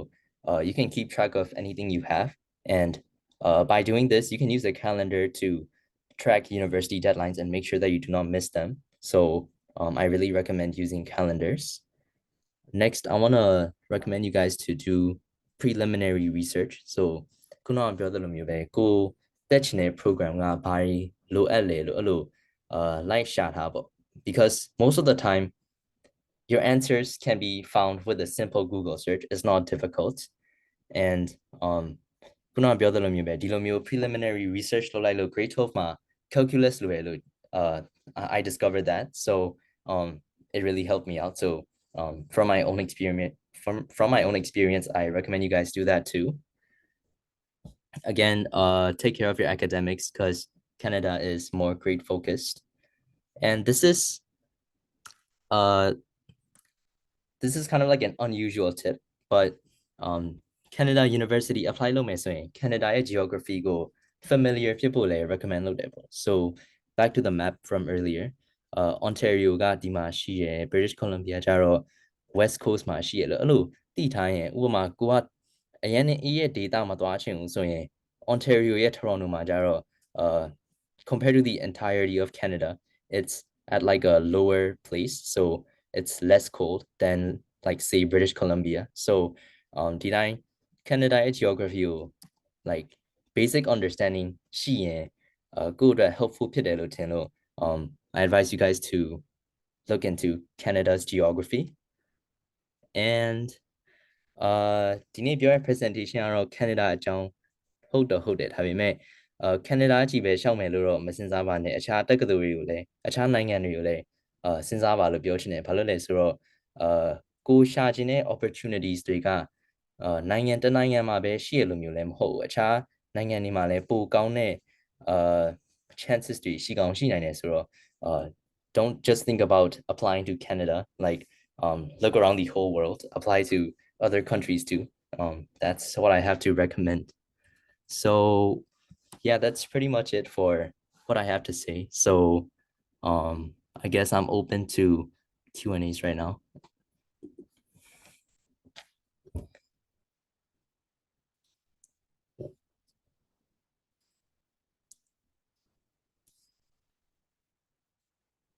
Ooh.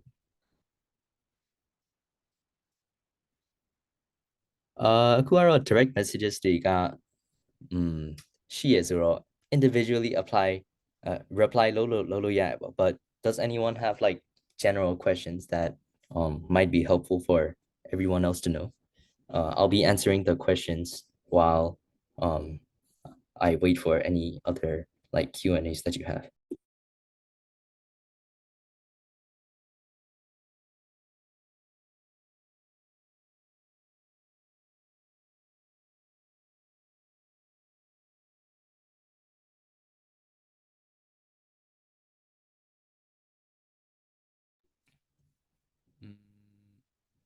Can you explain more about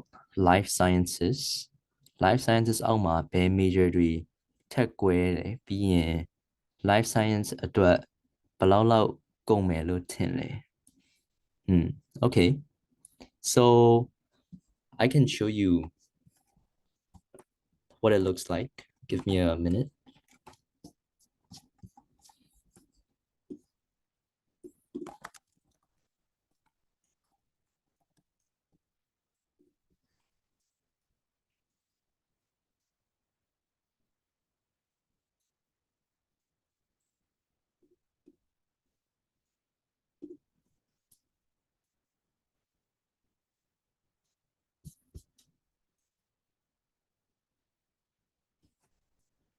Okay, so screen share လုပ်ပေးမယ် so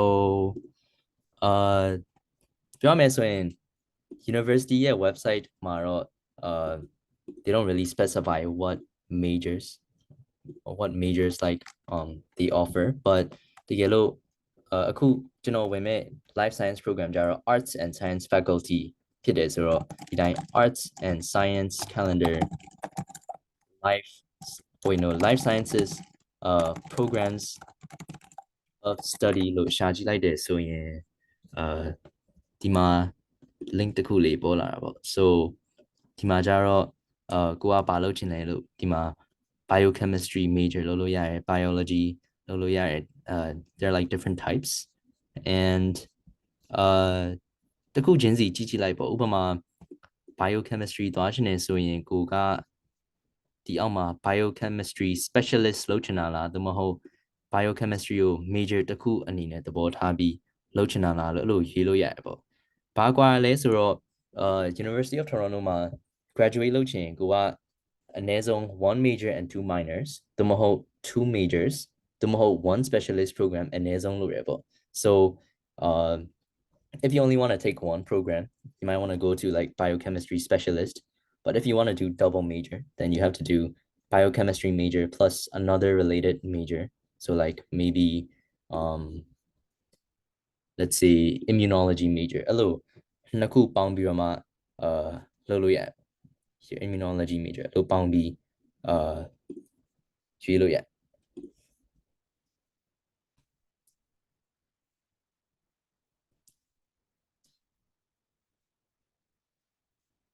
Does applying for multiple subjects affect your admission chances? Well, I'm not speaking from experience because obviously I only apply to one program, but I think it doesn't really like your admissions chances doesn't really depend on how many subjects or like what types of subjects you apply to in the first place because each like program or like faculty they will look at the information that you provide them and they will make their own individual decisions so it doesn't matter how many subjects or which subjects you apply to your admissions chances doesn't really anchor on that.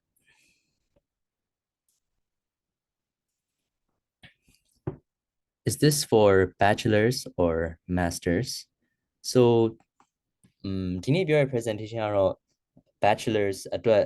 ပြောထားတာပေါ့ဆိုတော့ခုနကပြောသလိုမျိုးပဲ University of Toronto မှာဆိုရင်တကယ်လို့ bachelor's degree ရချင်ရင် one specialist program သို့မဟုတ် two majors သို့မဟုတ် one major and two minors အဲ့လို different combinations တွေနဲ့လုပ်ရမှာပေါ့ so to answer the question it's for bachelor's degree.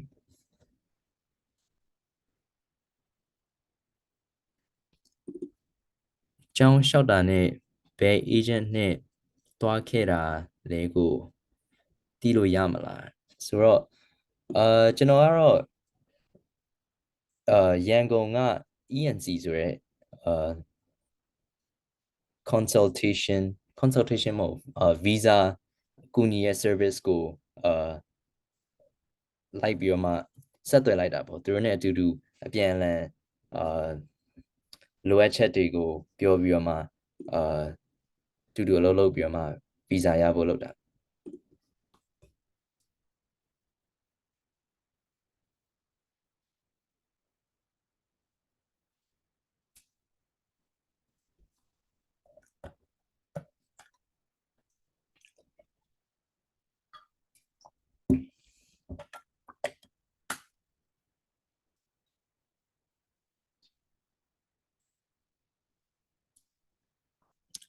Canadian visa အတွက်မိဘ finances အတွက်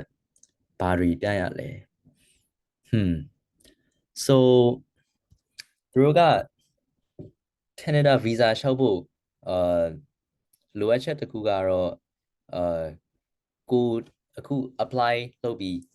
ကိုအခုသွားမဲ့တက္ကသိုလ်ကtuition fees ပေးထားရပေါ့ tuition fees နဲ့ cost of attendance ကို list လုပ်ထားရအဲ့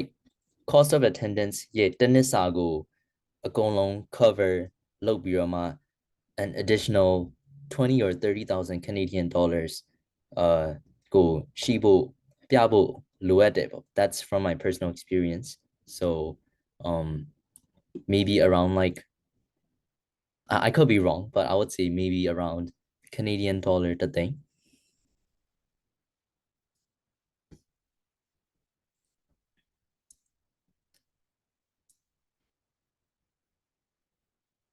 Okay. The year and the school I completed grade 12. So yeah, I attended a high school in Thailand for grade 12. It is the American School of Bangkok. And uh the year it's just like 2024 to 2025. So if I'm understanding the question correctly, that's my answer. Are you able to work as a doctor in Canada after? I think it's called a medical license. Not too sure though. So again, this is not from personal experience because obviously I'm not like a doctor. I'm still like going to Canada to get my bachelor's degree. But from what I've heard, Canadian universities တွေကတကယ်လို့ doctor လုပ်ရှင်ဆိုရင် it's pretty competitive သူတို့က uh medical school ဆိုရင် around 90% လောက်က domestic students ကိုလက်ခံပြီး 10% လောက်ကို international students ကိုနေရာပေးရပေါ့ so um I would say if you want to do like a medical career in the future, maybe you can use your undergraduate like bachelor's degree from like a university in Canada, and then you can apply for a master's school in like maybe a different country because like I think it's pretty difficult. Okay, Q&A session လေးမကြည့်ခဲ့လို့sorry ပါနော်အခုတော့ဖတ်လိုက်မယ်ဆိုတော့ပထမဆုံးမေးသွားတာက Canada visa ကလွယ်သလား IGCSE O level ပြီးလို့ foundation တက်ချင်လို့ပါvisa ကလွယ်တာမလွယ်တာကတော့ it depends ကျွန်တော် ENC နဲ့အတူတူအလုပ်လုပ်ထားတာကတော့သူတို့ပြောတာကသူတို့ဒီအပိုင်း Canadian visa ကျောင်းသားတွေအတွက်ကူလျှောက်ပေးတဲ့ case တွေမှာကိုရဖို့ chance က50-50လိုမျိုးဖြစ်နေတာပေါ့သူတို့ကဝင်ရင်လည်းဝင်နိုင်တယ်မဝင်ရင်လည်းမဝင်နိုင်ဘူးအဲ့လို it's a half chance and IGCSE လို့ O level ပြီးလို့ foundation တက်ချင်တယ်ဆိုရင်University of Toronto specifically address ဆိုရင် IGCSE ရလာတော့သိမသိကြဘူးသူတို့ပြောထားတာတော့ British Pattern GCE ဆိုရဲ curriculum ကိုလက်ခံတယ်လို့တော့ပြောတယ် and University of Toronto လို့အခြားတက္ကသိုလ်တွေမှာဆိုရင်လည်းသူတို့က foundation program တွေရှိရယ် you might want to search that up like ကိုပါကိုသွားရှင်တဲ့အကြောင်းက foundation program offer လုပ်လို့မလုပ်လို့ Google မှာရှာလိုက်ရင်အလွယ်တကူတော့တွေ့မှာပါဒါပေမဲ့အဲ့လိုမျိုးရှာရင်တော့အဆင်ပြေလောက်မှာပါ Could you please share how you got an internship at the hospital? I've been looking for one, but I can't find hospitals that offer internships or volunteering programs. So, well, if I'm completely honest, like Mingalar Hospital is kind of like a hospital that my family has some shares in. So like I guess that's like one of the deciding factors in how I got to work at Mingalar. But if you know any owners from like any local hospitals or such, through it, chase that low line, you know, so I think mostly if you don't have any like personal affiliations with the hospital, maybe you should contact like owners. Like there's a chance that they might be friends with your parents, so that could help you learn land an internship. Can you please share your experience with the life sciences course, the curriculum, the practicals, etc.?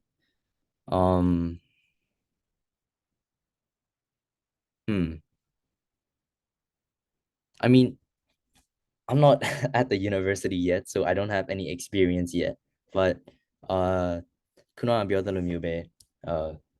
you need to take a specialist or a double major. or a major plus 2 minors to graduate. Uh, curriculum ကြတော့ basically သူတို့က you need 20 credits in total to graduate. So in 4 years, you want to have 20 credits. They offer like half credit courses or full credit courses each semester. So you can do the math and find out if your plan works for that. And uh, practicals, I'm not really sure what that means, but um, like for me right now, I'm doing biology and chemistry and I'm like scheduling my classes, right? So their subjects have different types of classes like lectures, practicals, and tutorials. So you do have practicals.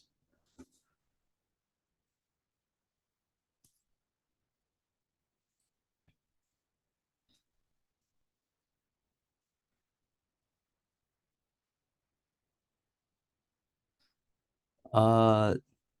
okay, how did I search for a clinic internship and volunteering? Is there a specific requirement for these activities? No, no really general requirements. Like I said earlier, I guess it's just because like my parents know like the people who kind of like um have a little bit of like ownership in like the places I go to. So I would say just like look for connections, talk to people that can help you like with whatever you need help with. Can you talk a bit about life sciences? Is it a good program for someone interested in medical research? So life sciences got it's a broad admission category. ခုနက screen share ထားတဲ့အရာ they offer different types of programs like biochemistry, biology, immunology လို့အဲ့လိုမျိုး it encompasses different life-related science programs. And for a bachelor's degree, I think if you want to do medical research, it's pretty useful because it's like for the University of Toronto specifically, from like the seniors that I'm talking to, it's more of like a research school. So if you're interested in medical research, I would say life sciences is pretty good.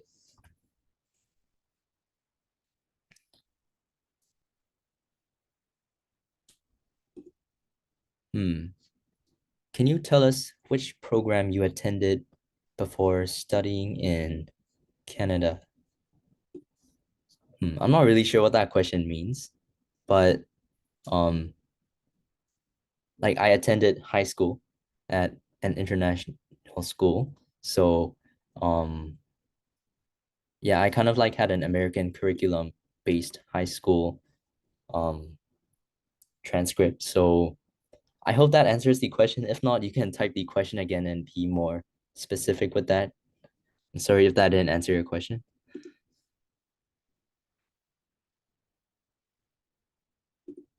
Balo US ကျောင်းအများကြီးလျှောက်ထားပြီး Canada ကိုရွေးလိုက်တာလဲ scholarship ပိုရလို့လား or visa အခက်အခဲကြောင့်လား So actually man, sorry, I was pretty lucky. US တက္ကသိုလ်တွေလည်းဝင်ခွင့်ရှိရပေါ့ဒါပေမဲ့နောက်ဆုံးကြတော့အခုပြောရမယ်ဆိုရင်ကျွန်တော်ရဲ့အမက US မှာတက်နေရရှိရလေဒါပေမဲ့အစတော့ US မှာပဲတက်မယ်လို့စဉ်းစားပြီးတော့မှနောက်ဆုံးကြတော့ US မှာတက်နေတဲ့ family member တယောက်တောင်ရှိပြီဆိုတော့မရောက်ခွင့်နေရသွားကြည့်ချင်တယ်လို့မျိုးလုပ်ပြီးတော့မှ Canada ကို commit လုပ်လိုက်တာပေါ့ Canada commit တယ်လုပ်ပြီးတော့လာတဲ့3ပတ်4ပတ်မှာ US visa travel ban တွေဖြစ်သွားအောင် so I would say it's like it was a chance event. Like, I wasn't intending to attend in Canada at first, but it's just like a last minute decision, and I guess that came in my favor.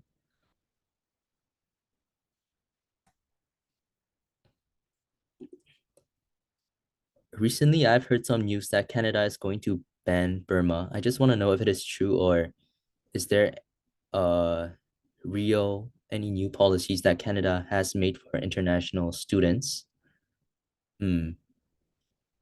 So I'm not like very familiar with Canadian policies and news. I'm still like researching them, but I think most of them like uh most of them is just like people overthinking. I wouldn't say there's any active policy that bans like Burmese students from studying in Canada right now, because obviously those rumors were circulating when I applied for my study permit, but I still got it anyways. So I don't think it's true. But obviously, like since US visa is banned for now, there's gonna be like probably more people applying to Canada. So I would say visa could get a little bit more difficult, kind of like how it is in Australia. But I don't think for the time being there's really any official policy that's like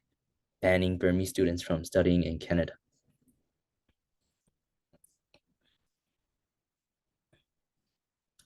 What extracurriculars would you recommend which would stand out in admissions form? So this is a really vague question because it depends on like which program you're studying. Because like for example, like I said previously from life sciences, they don't really look at extracurriculars that much. But if you're doing something like engineering or like uh I don't know, like a different program, then I would say maybe do something that like you actually want to do. Like try not to think of it as like I'm doing it because the university might like me as like an applicant, but try to do it out of like genuine interest, and obviously like something that doesn't just like waste resources and doesn't have like an end goal or like an impact. Because at the end of the day, extracurriculars are about like um they're a chance to like tell the university about who you are as a person. So I don't think you should look with the lens that like you want to stand out in like admissions. Like of course like you don't want to do what everyone else is doing. Um you have to be unique to a certain degree, but I would say do something that's like genuinely interesting to you and something that positively impacts like those around you, because universities can tell like if you're doing it because you feel like you have to do it, or because like you're someone who's actually enthusiastic and want to pursue further studies in their institution. So yeah, that's something I would give advice for.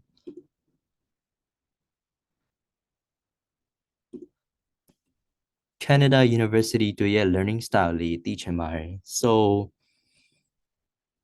hmm learning style ဆိုရင် I mean like ပြန်ပြောရမယ်ဆိုရင်ကျွန်တော်အခု University of Toronto ကိုပဲ commit လုပ်ထားတာဆိုတော့University of Toronto နဲ့ familiar အဖြစ်ဆုံးပေါ့ so for University of Toronto သူတို့ရဲ့ course တွေကin person ရှိရယ် online ရှိရယ်ပြီးရင် online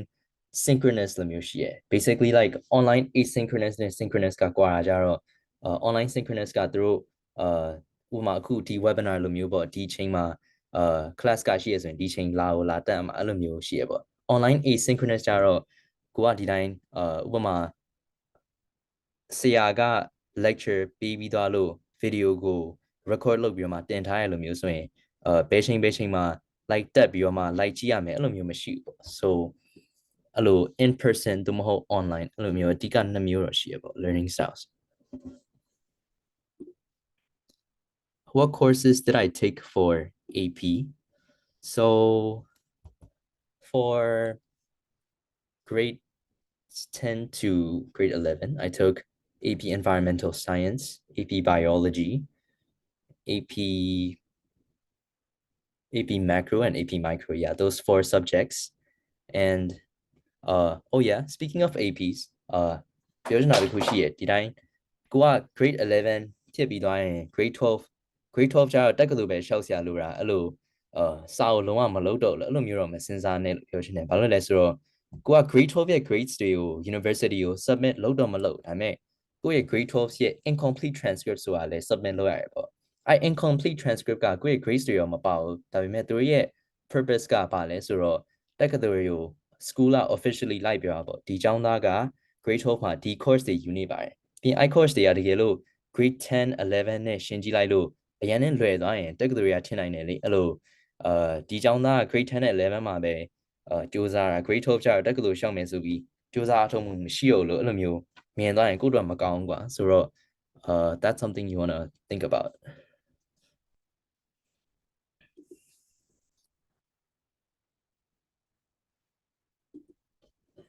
Canada visa အတွက်မိဘရဲ့ financial statement အတွက်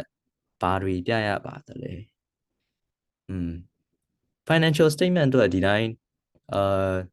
bank statement ကတခုလိုတာပေါ့ bank statement ဆိုတာကိုယ့်ရဲ့ bank ထဲမှာပတ်စံဘယ်လောက်ထားထားရလဲလို့အဲ့လိုပြတာပေါ့bank statement အကြောင်းပြောနေတော့ကိုယ့်ရဲ့ bank statement ကကိုထားရဲ့ပတ်စံပမာဏကအနည်းဆုံး4လသို့မဟုတ်6လအဲ့လိုမျိုးအနည်းဆုံး time frame လိုမျိုးရှိရဲ့let's say like Canadian dollar တသိန်းလိုမျိုးဆိုရင်အနည်းဆုံး4လထားရလို့ပြရမှာပေါ့ Canada government ကဒီတိုင်းကိုယ့်ရဲ့ bank account ထဲမှာပတ်စံအများကြီးကိုအကြိုက်ထားရဆိုရင်ကိုယ်ယုံကြည်မှုရှိဖို့ chance ပိုရှိရဆိုတော့တကယ်လို့ Canada အကြောင်းတက်မယ်လို့သိကြရင်bank ထဲမှာပတ်စံခဏတော့ထားရမှာပေါ့ bank statement ပြီးတော့ခြား documents အရာ banking နဲ့ဆိုင်ရင်ဒီတိုင်းကိုယ့်ရဲ့ bank account ကပတ်စံထားတာထက်ကိုယ့်ရဲ့ bank account ကအဲ့လို transactions တွေ actively လုပ်တယ်လို့အဲ့လိုမျိုးဥပမာ4လထားရဲ့အတွင်းပတ်စံရွှေ့ရလို့တွင်းတာလို့အဲ့လိုမျိုး activity ပြရမှာပေါ့that's what I know but yeah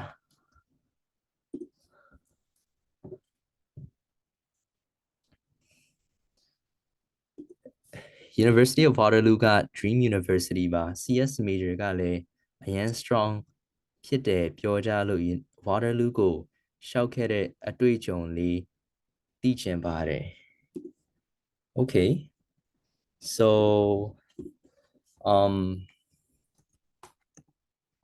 give me a minute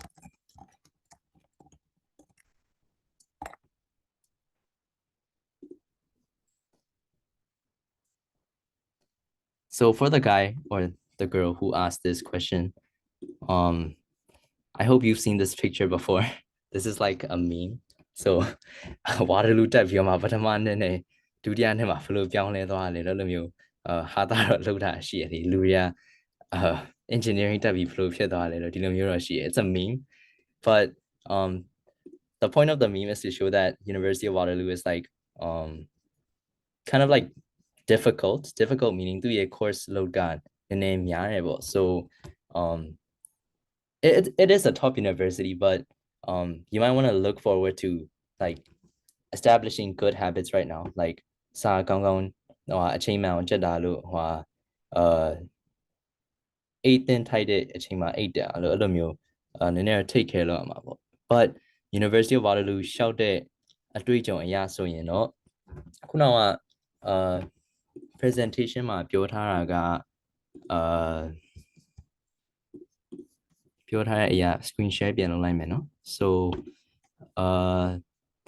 it's basically the same ပထမဆုံး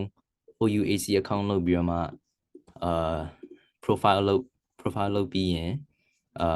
personal information ဖြည့်ပြီးရင်ကို my choices ဆိုတဲ့နေရာမှာကိုလိုချင်တဲ့ကတူမှာ add programs နှိပ်လိုက်ပြီးရင် if you scroll down you'll find University of Waterloo and then University of Waterloo လို့ရွေးပြီးလို့ application fees ပေးပြီးသွားရင်ဆိုရင် email တစ်ခုကြလာမယ်ပေါ့ပြီးရင်အဲ့ email ကြတော့ Waterloo ရဲ့ portal လိုမျိုးပြီးမှာပေါ့ so the other University of Toronto ရဲ့ portal အတွက်ပဲပြောထားပါ but you will go to University of Waterloo's portal it's another website and by လို့ရလို့ပဲရေးထားမှာပေါ့ I think for engineering applicants supplemental essays တွေရောတောင်းတဲ့ University of Waterloo so yeah that's something you want to think about but for University of Waterloo it's kind of the same process go to OUAC if you're applying to more than one university in Ontario of course and then go to Waterloo's website and just fill in the information that you need it's not difficult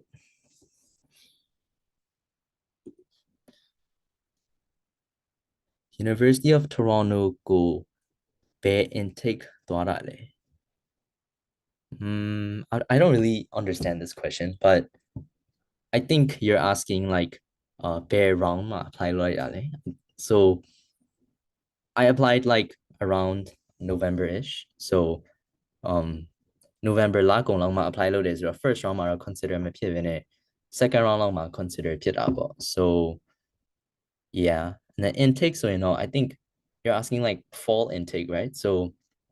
um like yeah fall 2025 intake go if I didn't answer the question please type a more specific question so that I can better address your concern.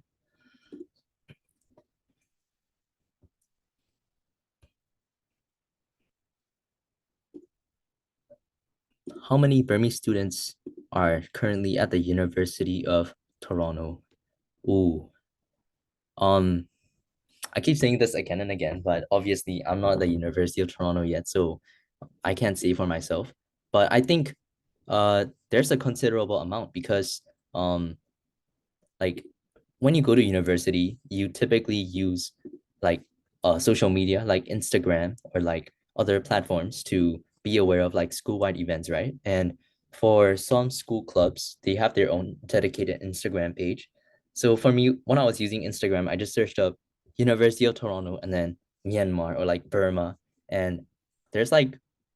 one or two Burmese clubs that popped up immediately. So the fact that there's a club there should say that there's already a decent amount. So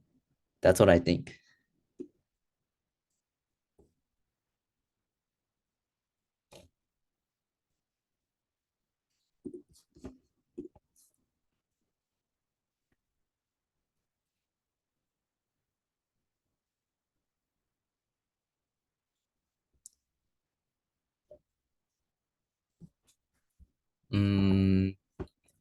Visa agent နာမည်က EMC လား ENC လားဆိုတော့ဒီကြောင်လို့ search လုပ်လိုက်အောင်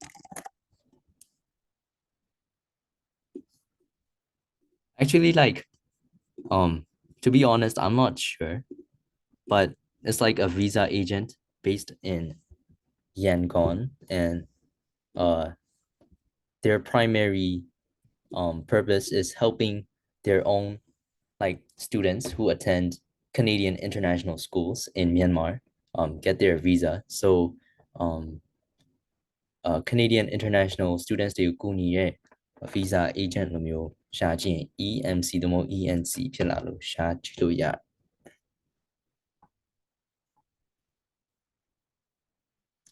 Is it all right that my school doesn't teach practical things? Should I learn to work in a lab? If so, how or where? I don't think it really matters because like if I'm completely honest, like the school that I went to, it had some labs, but those labs weren't really like anything in depth. In fact, I don't think I really learned anything that I didn't know before from those labs. So I think it's okay. And should you learn how to work in a lab? Yes, of course, like that helps you be better prepared for your future career or your university years. And if so, how or where? I haven't really worked in a lab, like a research lab kind of place, so I'm not really sure about where. But if you want to know how, I think the most common way is to just like search for labs using like LinkedIn or like any other social media platform that can help you connect with people. And what do transcripts include? IGCSE O-level final marks, do they include in-class exams? I don't think so, but I'm not sure. So so ကျွန်တော်ကတော့ IGCSE လောက်ခဲ့မှာမဟုတ်ဆိုတော့for this specific case တော့တေချာပေါက်တော့ပြောလို့မရဘူးပေါ့ but for AP the advanced placement American curriculum မှာကျတော့transcript တွေကတက်ခဲ့တဲ့ class တွေမှာဆရာဆရာမတွေကဘာအမှတ်တွေပေးခဲ့တယ်အဲ့လိုမျိုး transcript ကိုတင်တယ်ပေါ့ transcript တင်ပြီးရင် college board ရဲ့ official website ကနေပတ်စံပေးပြီးတော့မှ University of Toronto ကို official scores ပို့လိုက်တယ် AP scores တွေကဘယ်လောက်ရလဲလို့ college board ကofficially report လုပ်တဲ့ report go deadline that was. So there's two parts to it. So since it's like that, I think it should be pretty similar. So IGCSE O level final marks, I think they're not really a part of the transcript itself, but I think you'll have to submit that as well as your school's transcript, like what grades you got in your school.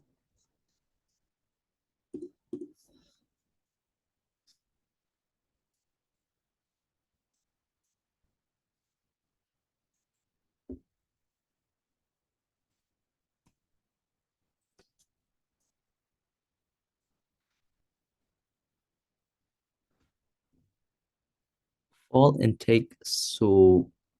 Canada 테 베그레가 소원로 야레비아. So fall intakeဆိုတာက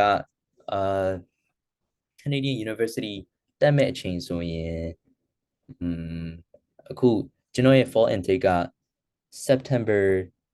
2 or September 3 အဲ့ရက်တရက်မှာ first year of school လို့မျိုးဖြစ်မှာပေါ့ so that's when university starts for like the fall intake. And yeah, I think like so သွားချင်နေဆိုရင်ကိုကကျောင်းရဲ့အဆောင်မှာတော့နေလို့မရလောက်ထင်တယ် but I think there's no like early move-in date or such, like school year first day go for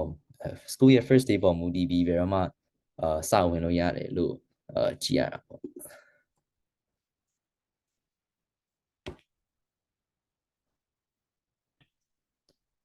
Oh wait, I didn't answer this question previously. Does the scholarship cover all of your tuition fees? If you're talking about the Lester B. Pearson scholarship, then yes, it covers everything. But for the scholarship I got, the International Scholar Award, it's only 100,000 Canadian dollars in total. And the school costs around like, I would say $70,000 ish Canadian dollars each year if you live in the dorms. So no, it does not cover all of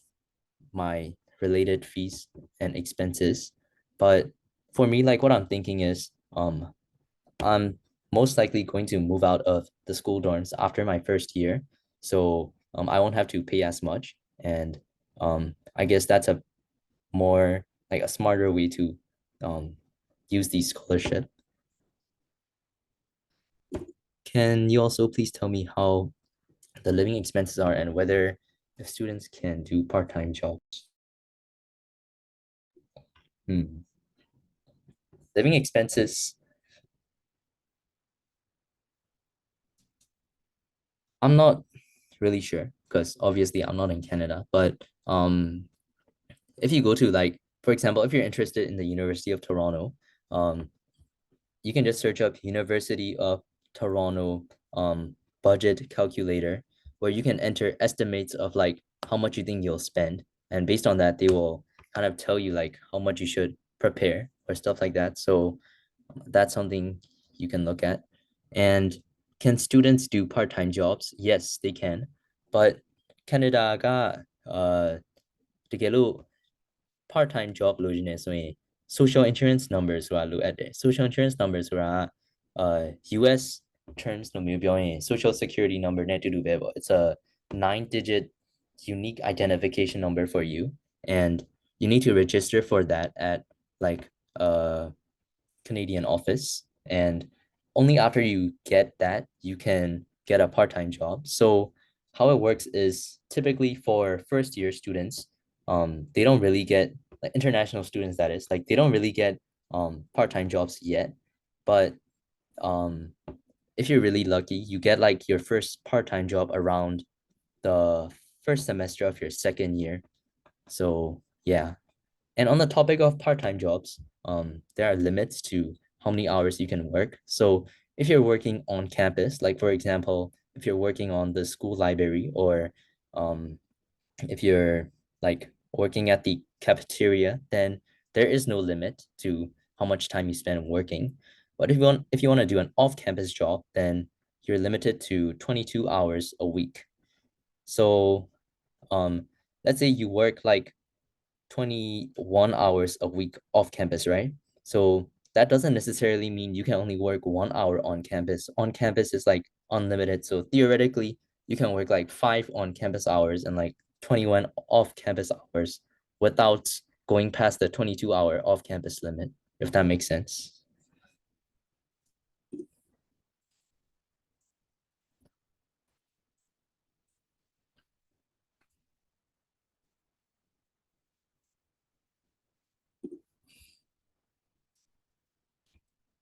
When should I be considering or preparing now as someone who hasn't answered? Wait, could you please be more specific with that question? I'm not really sure what you're considering or preparing for in the first place. I can answer that privately though if you prefer. Visa application အတွက်ဘယ်လောက်အချိန်ယူမလဲဆိုတော့ကျွန်တော် experience အရကျွန်တော်က visa ကိုနည်းနည်း short စောလျှောက်လိုက်တာပေါ့ so like I applied around the end of May and from my experience visa လျှောက်တာက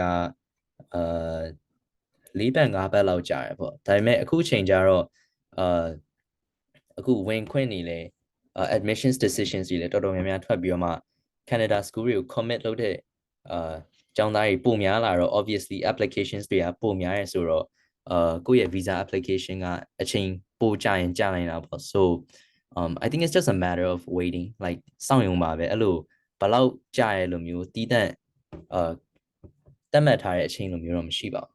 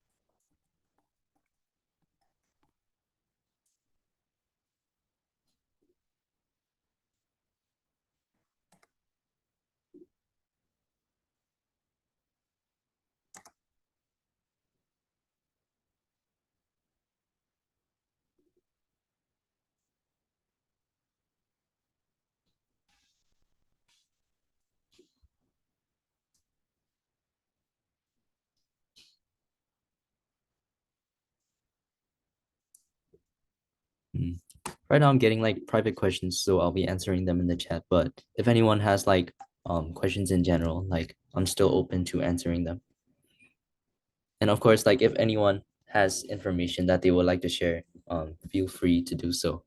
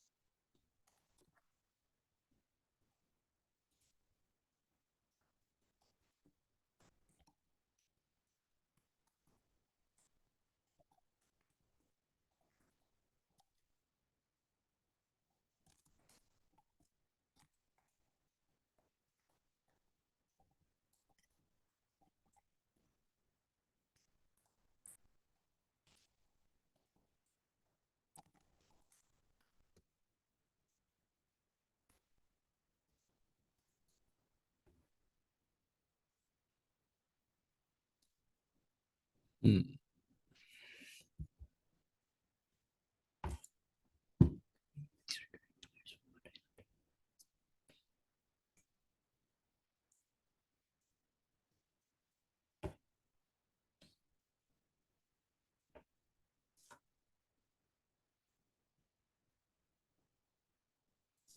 Okay, so there's a question about high school course requirements. Um, I guess I kind of explained it briefly, so it might not be obvious to um like those who are listening, but I can share my screen to show you what I mean.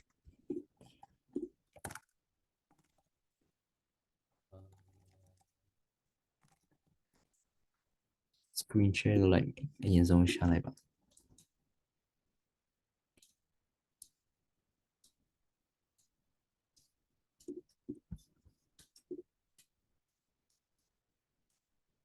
Okay, okay, perfect. So I can show you an example for the University of Toronto. So um, here, University of Toronto Life Sciences course requirements, that's what I just searched for. So here, Life Sciences admissions category, you'll find this website. And down here, there's like admissions requirements. So you can just go to here. And for me, like I did AP, which is a US high school curriculum. So this is where I will go to. But if you're doing like IB, you want to go here. But like for example, for AP, if I click here, then it will show you what I need if I go to a US high school curriculum. So um I need like for example, senior year or grade 12 level English, calculus grade 12, which can alternatively be accepted as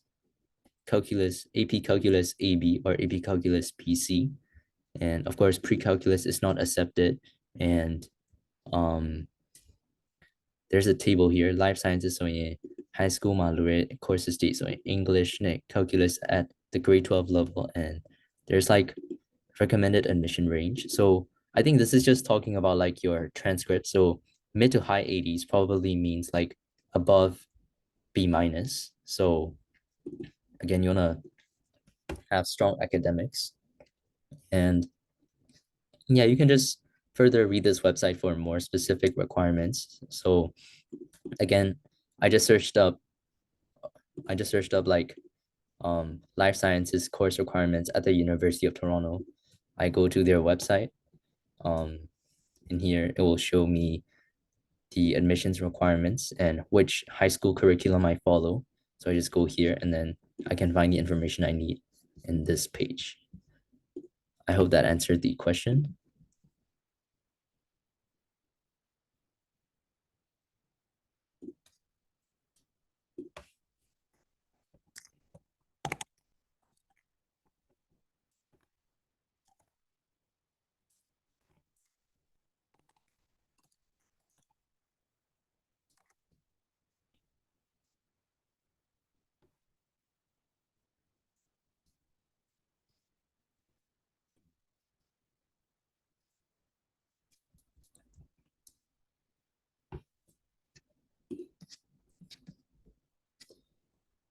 How much would it cost for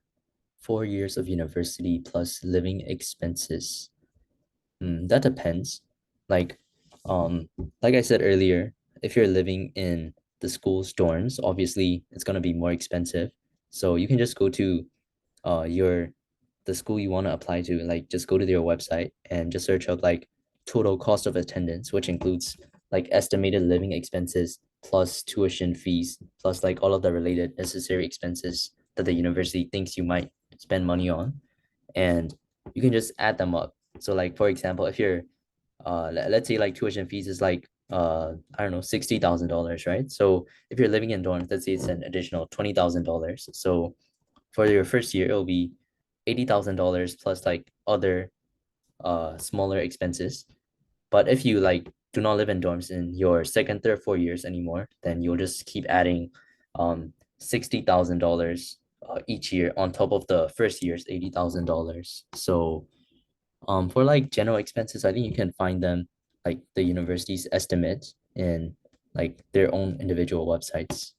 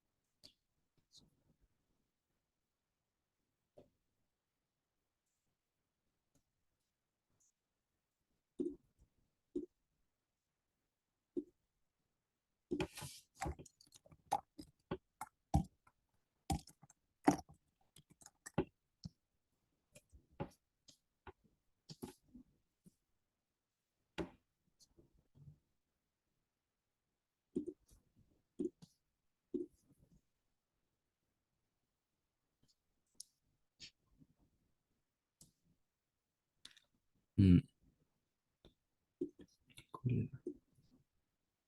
Does that mean I can go to their levels?